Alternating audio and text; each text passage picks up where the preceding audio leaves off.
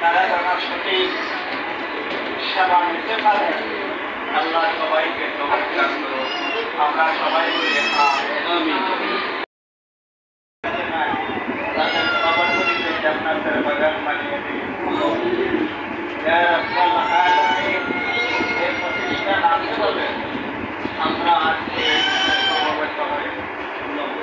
এই প্রতিষ্ঠান না থাকলে আজকে যারা জীবিত নেই তাদের কবরগুলিকে জান্নাতের বাগান বানিয়ে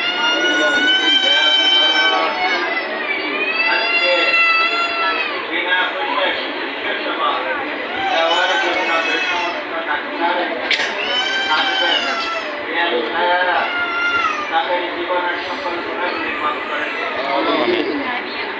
তাদের আরো সুন্দর, আরো মানুষের প্রতি ভালোবাসা ও আন্তরিকতা এবং বিনা পয়সা চিকিৎসা সেবা দেওয়ার মন মানসিকতা সৃষ্টি করে তাদের সমস্ত জীবনের গুণের নির্মাণ করে দিন।